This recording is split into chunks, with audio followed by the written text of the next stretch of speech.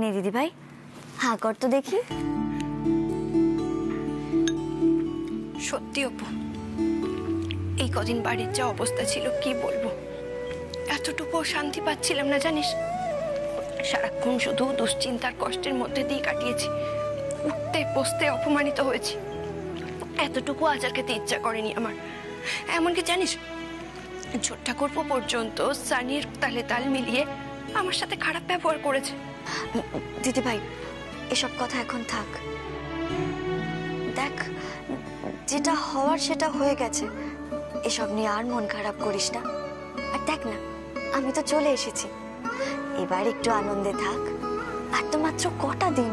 কিন্তু ছোট ঠাকুরপো আর সানির বিয়েটা যদি সত্যি সত্যি হয়ে যায়, ওদিকে তো পুরোহিত মশাই বিয়ের ডেটও ফিক্সড করে ফেলেছে। বলছি, তুই যেভাবেই হোক এই বিয়েটা আটকা। দেখ, অনেক তো হলো বল, এবার সানির আসল রূপটা তুই সবার সামনে নিয়ে আয়, নইলে কিন্তু বড় বিপদ হবে। দিদি ভাই, আমি তো বলছি আমার সব প্ল্যানিং করা আছে। তোকে আমি এখানে যে কারণে ডাকলাম সেটা শোন। দেখ দিদি ভাই, জামাই বাবু যা দোষ করেছে তাতে 10 বছরের আগে কিন্তু জেল থেকে উনি ছাড়া পাবেন না। উনি মার্ডার কেসের আসামি। আমি বলছি কি, জামাই বাবুর চিন্তা ভাবনা তুই আর করিস না।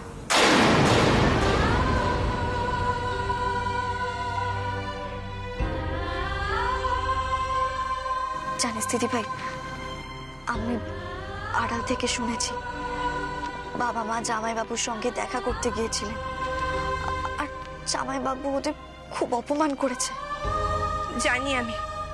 তাই বলছি দিদি ভাই, জামাইবাবু কিছুতেই সহ্যাবেন না। তুই ভুলে যা জামাইবাবুকে। আমি তোদের ডিভোর্সের ব্যবস্থা করব, তারপর একজন ভালো মানুষের সাথে আমি তোর আবার বিয়ে দেব। দিদি ভাই, তুই প্লিজ আর আপত্তি করিস না। বাহ সেজ বৌদি, মিসেস গোমসের সাথে দেখছি ভালোই আলাপ জমিয়েছ। তা মিসেস গোমস, আমার সেজ বৌদিকে কি পরামর্শ দিচ্ছেন আপনি? আমি সুপর্ণাকে বলছিলাম যে জীবনটা তো ভালো করতে হবে, ওকে এই সময় আনন্দে থাকতে হবে। কিন্তু আমার মনে হলো, আমি বাইরে থেকে শুনলাম যে আপনি আমার শেষদা ভাইকে নিয়ে আলোচনা করছিলেন।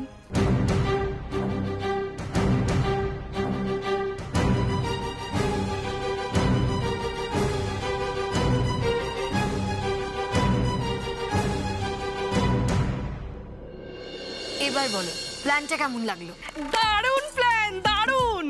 সত্যি বিয়ের আগে বাড়িতে এরকম যদি একটা ব্যাচেলার পার্টি হয় তাহলে তো মজাই মজা। আমার তো ভেবে এখন থেকেই আনন্দ হচ্ছে, সারাটা দিন ধরে পার্টি হবে। এই সানি, বলছি মেনুতে কি কি হবে ঠিক করে ফেলেছো? না, এখনো ঠিক করিনি, কিন্তু করে নেবো। এই দাঁড়া দাঁড়া, বলছি ঠিক করার আগে না একবার আমার সাথে আলোচনা করে নেবে কিরকম? হ্যাঁ, আমরা দুজনে মিলে আলোচনা করে ঠিক করবো। হ্যাঁ। কেন, তুমি কেন ঠিক করবে? তুমি তো ব্যাচেলার নও। তোমার কিসের ব্যাচেলার পার্টি? তুমি তো বিবাহিতা। এই তুমি চুপ করো তো। এই ব্যাচেলার পার্টি সবাই করতে পারে।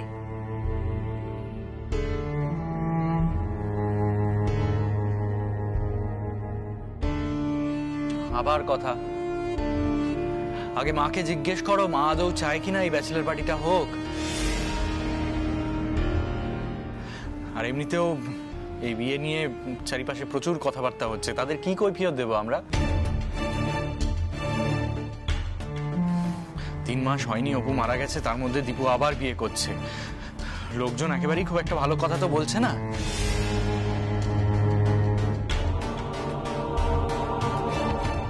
লোকে কথা বলছে তো আমি কি করব?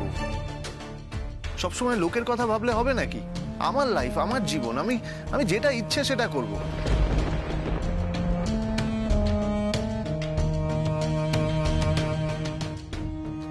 না দীপু, নিজের লাইফ নিয়ে সবসময় যা খুশি তাই করা যায় না, মাঝে মধ্যে একটু অন্যদের কথা শুনতে হয়। আমার মতে এই বিয়েতে যত কম ধুমধাম করা যায় ততই ভালো।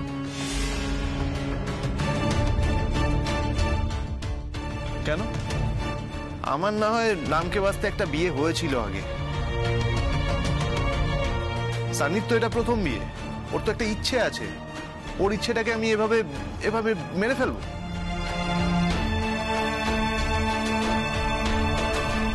না মেজদা ভাই, অপুর কথা ভেবে অপুর কথা মনে করে সানির ইচ্ছেগুলোকে এভাবে খুন করা উচিত না আমাদের।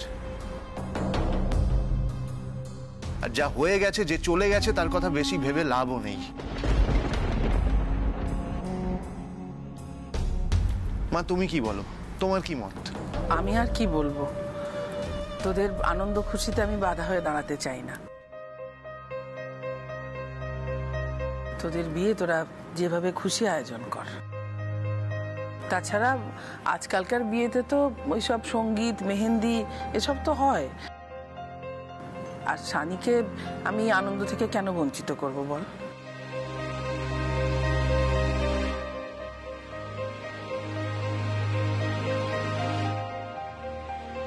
তাহলে আজ রাত থেকে আমরা অনুষ্ঠানটা শুরু করি। আর এই প্রোগ্রামটা আমরা বাগানে না করে এখানেই তো করতে পারি, ককটেল পার্টি। Cocktail party?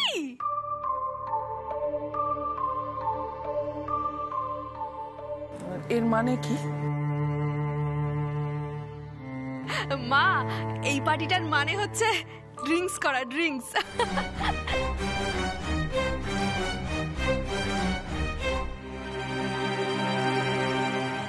কি? না না মা, এসব কিছুই হবে না। সানি, আমাদের বাড়িতে এসব হয় না।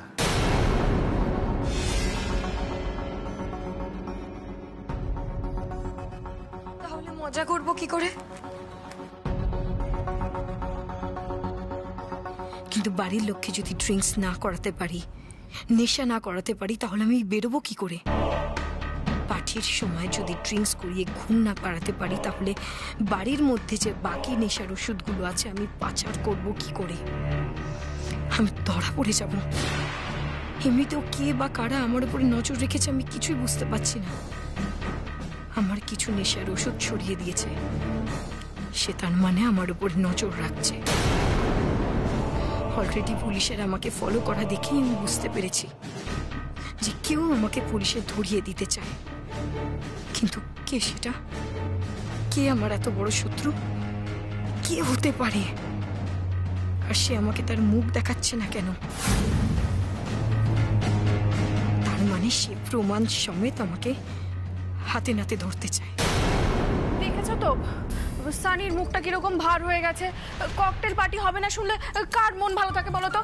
এই সানি, বলছি চলো চলো, মন খারাপ করো না, বসবে চলো, সব হবে বলছি, শোনো সব হবে, তুমি বসো তো এখন, বসো বসো বসো। এসব আজে বাজে জিনিস আমাদের বাড়িতে না হওয়াই ভালো। না, পার্টি হবে হবে হবে, পার্টি হবে।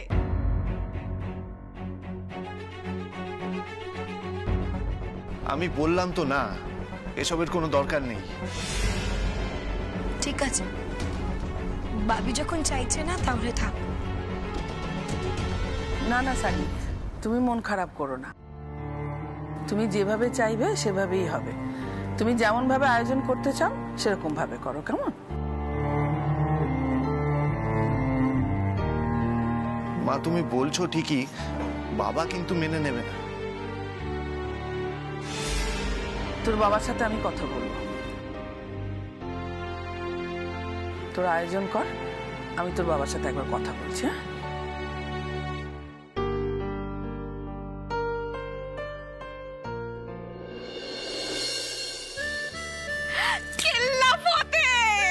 মা পারমিশন দিয়ে দিয়েছে, তার মানে পার্টি হচ্ছে, পার্টি পার্টি পার্টি পার্টি। মেজদি ভাই, তোমার আনন্দ তো দেখছি আর ধরছে না।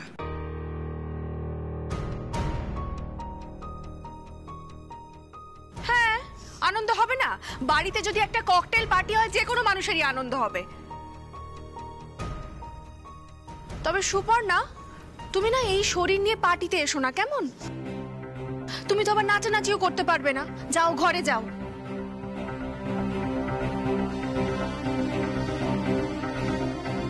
তুমি এখানে কেন এসেছো? আমি দেখছি তুমি বাড়ির লোকেদের কেমন ভাবে বোকা বানাচ্ছ।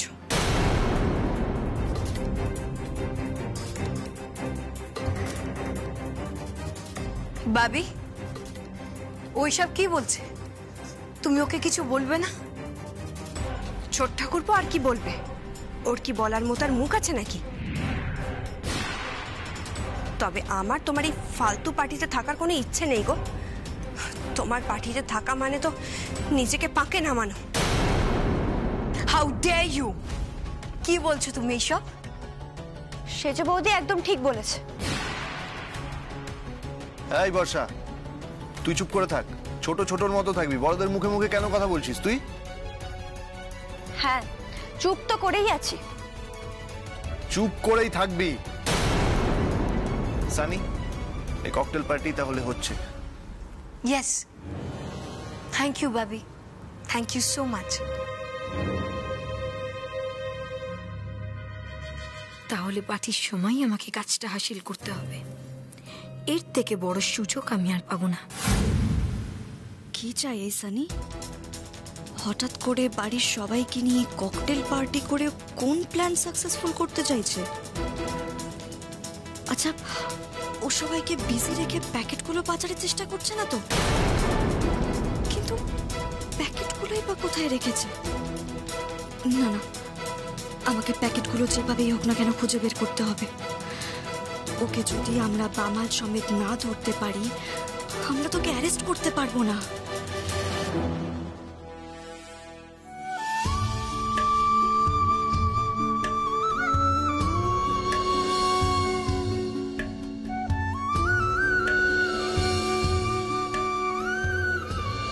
সুস্থ তো তোমাকে হয়ে উঠতেই হবে, আর সেই সাথে নিজের পায়ে দাঁড়াতে হবে। আর নিজের পায়ে দাঁড়ানো মানে ওই দু পায়ে হেঁটে চলে বেড়ানো নয়। আমি চাই তুমি চাকরি করে নিজের পায়ে দাঁড়াও। ভাই দেখো না, এইখানে যে ঠিকানাটা লেখা আছে, এই ঠিকানায় আমাদের একটু পৌঁছে দাও না ভাই। দুর্গা দুর্গা দুর্গা, তোমাকে পরীক্ষার হলে পৌঁছে দিয়ে পরীক্ষায় বসিয়ে দিতে পারলে আমি নিশ্চিন্তি। ঠাকুর, আমার সোনামাকে পরীক্ষার হলে পৌঁছে দাও ঠাকুর। চাকরিটা তোমাকে পেতেই হবে সোনামা, পেতেই হবে।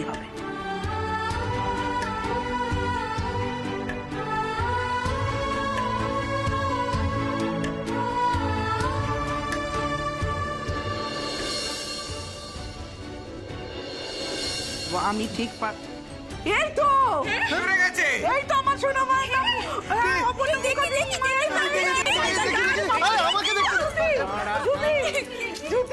সোনামার নাম পেয়েছে, সোনামা চাকরি পেয়ে গেছে। মা, মা শোনো। মা বলছি রাতের পাট। মা কি সুন্দর গয়নাটা। মা বলছি এটা দিয়ে বুঝি আপনি সানিকে আশীর্বাদ করবেন? এটা কিন্তু আপনার বেস্ট গয়না, সানিকে দারুণ মানাবে। অবশ্য শুধু সানিকে কেন বলছি, এই গয়নাটা যে পরবে তাকেই মানাবে। হ্যাঁ, এই একটাই আমার কাছে আছে, যেটা তোমাদের আমি কাউকে দিইনি। এটা আমার কর্তা শাশুড়ির গয়না। কি ভেবেছিলাম বলো তো? আমার তো 4 ছেলে, 4 বৌমা হবে।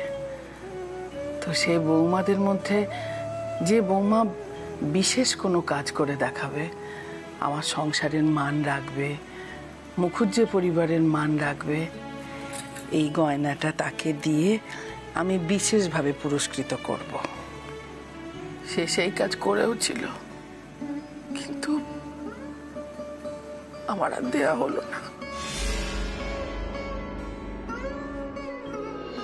খুকুকে যারা আমাদের থেকে কেড়ে নিয়েছিল, তাদের আমরা আজ শাস্তি দিতে পেরেছি। বিদেশ মণ্ডল আর তার দলবলকে 10 বছরের সশ্রম কারাদণ্ডের সাজা শুনিয়েছে কোর্ট।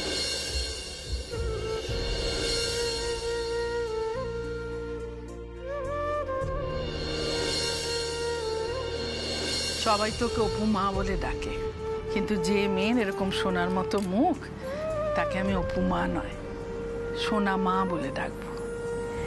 সত্যি?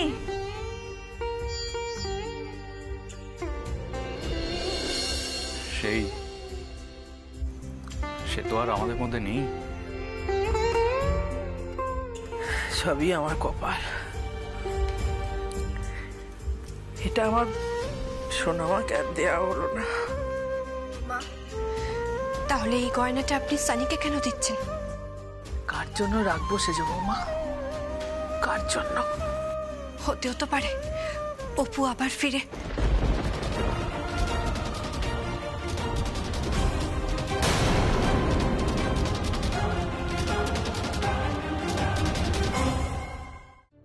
তুই এখন কাউকে কিচ্ছু বলবি না দিদি ভাই। আমি যে মিশনটায় আছি সেটা প্রায় শেষ পর্যায়ে এসে পৌঁছেছে। খুব শিগগিরই সানিকে আমরা হাতে নাতে ধরে ফেলবো। এই সুপর্ণা, তোমার কি মাথাটা খারাপ হয়ে গেছে নাকি? হ্যাঁ, কি বলতে যাচ্ছিলে? আচ্ছা, মরা মানুষ কি কখনো ফিরে আসে? কবে মরে ভূত হয়ে গেছে, তার পোস্টমর্টম রিপোর্ট পর্যন্ত বেরিয়ে গেছে। তোমার মতন কিছু বোকা মানুষ তার বডিটা পাওয়া যায়নি বলে ভাবছিল যে হয়তো বেঁচেও আছে। তুস, বেওয়ারিশ লাশ। বৌমা, চুপ করবে তুমি? এসব কথা শুনতে আর আমার ভালো লাগে না। মা, দয়া করে অপুর জন্য তুলে রাখা গয়না ওই সানিকে আপনি দেবেন না মা। কেন দেবো না সেজ বৌমা? হ্যাঁ, তাছাড়া তুমি কেন সানিকে বারবার গয়না দিতে বারণ করছো বলো তো? হ্যাঁ, দেখো, দুদিন বাদে সানির সঙ্গে দীপুর বিয়ে হবে। ওর মুখ দেখে কোনো একটা গয়না দিয়ে আমাকে তো আশীর্বাদ করতেই হবে। সোনামাকেও তো দিয়েছিলাম। হ্যাঁ, এটা হয়তো আমি বিশেষভাবে সোনামার জন্যই রেখেছিলাম, সোনামাকে দেব বলে। সে তো আমাদের ছেড়ে চলে গেছে, তাহলে সানিকে দেব না কেন বলো? তাছাড়া সোনামা চলে যাওয়ার পর সানি তো আবার দীপুকে সামলে রেখেছে না। মা, বলছি যে এখন এসব কথা থাক, আমরা বরঞ্চ আজকে রাতের ফাংশনটা নিয়ে ভাবি। উফ, আমাকে তো আবার রাতে ডান্স করতে হবে। তুমি কি চাও বুঝু শোনা? এই বয়সে তোমার হাড়গোড় ভাঙুক? একদম চুপ করে থাকবে তুমি। আরে বাবা, নাচ গান না করলে আনন্দটা হবে কি করে? মেয়ে খোকা, তোমরা আনন্দ করছো তাতে আমার কোনো আপত্তি নেই, কিন্তু তোমাদের এই আনন্দ হইচই এসবের আওয়াজ যেন বাড়ির বাইরে খুব একটা না পৌঁছায়, সে ব্যাপারে সচেতন থেকো। পাড়া প্রতিবেশী, পাড়ার লোকজন, তারা কিন্তু নিম্নবন্ধ করতে ছাড়বে না। ঠিক আছে মা, তাই হবে। মা, আমার কিন্তু মনে হয় না যে আনন্দ করলে, হই হুল্লোড় করলে কেউ কিছু মনে করবে। আসলে অপুকে তো কেউ এখন মনে রাখেনি। অপু এখন না। এই, তুমি বেশি জ্ঞান জ্ঞান করবে না তো, একদম জ্ঞান জ্ঞান করবে না তুমি। আমি বরং যাই, গিয়ে দেখি রাতের পার্টিতে কি পরবো।